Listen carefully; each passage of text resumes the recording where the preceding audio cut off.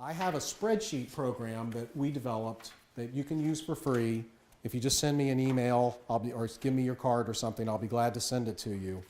But we call it the N.E.S.T analysis. The question posed by this person on page 12 is, how much do I have to save every year to retire? And the answer depended on a lot of variables, like what rate of return are you going to receive? Or how big is your house going to be? Are you going to get a vacation home? What's the wedding of your daughter going to cost? And all of that, and how much are you going to spend on personal living?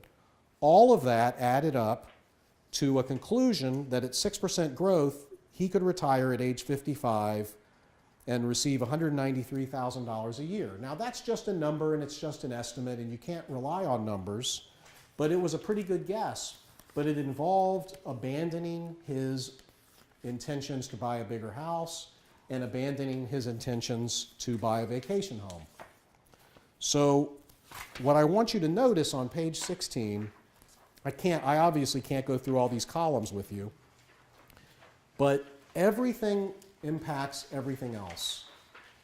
So every new pair of earrings impacts your retirement.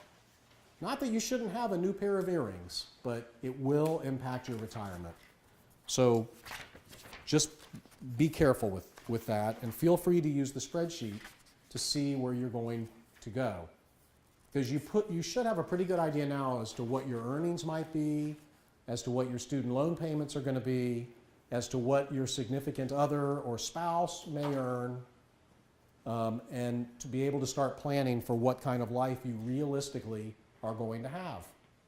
And by the way, life can be much better if you happen to marry somebody who is self-supporting. If you marry somebody who's not going to be self-supporting, then you could have a really bad time in life. If you marry somebody who is self-supporting financially, whether they're high earners or low spenders, it can make your life much less miserable. Over 50% of the divorces are said to have been caused by monetary issues. And I certainly know in our 36-year marriage, things were much tougher in the relationship our early years when we were struggling with making ends meet. So, you have to be realistic about that. And a lot of people are drawn to marry somebody who has a very exciting, outgoing, emotional personality, and those people usually make great salespeople, and great salespeople often spend more than they make and have to have a lot of fancy stuff. So you can really be sorting that out now. You can't control who you're going to fall in love with, but all things being equal, fall in love with somebody with money.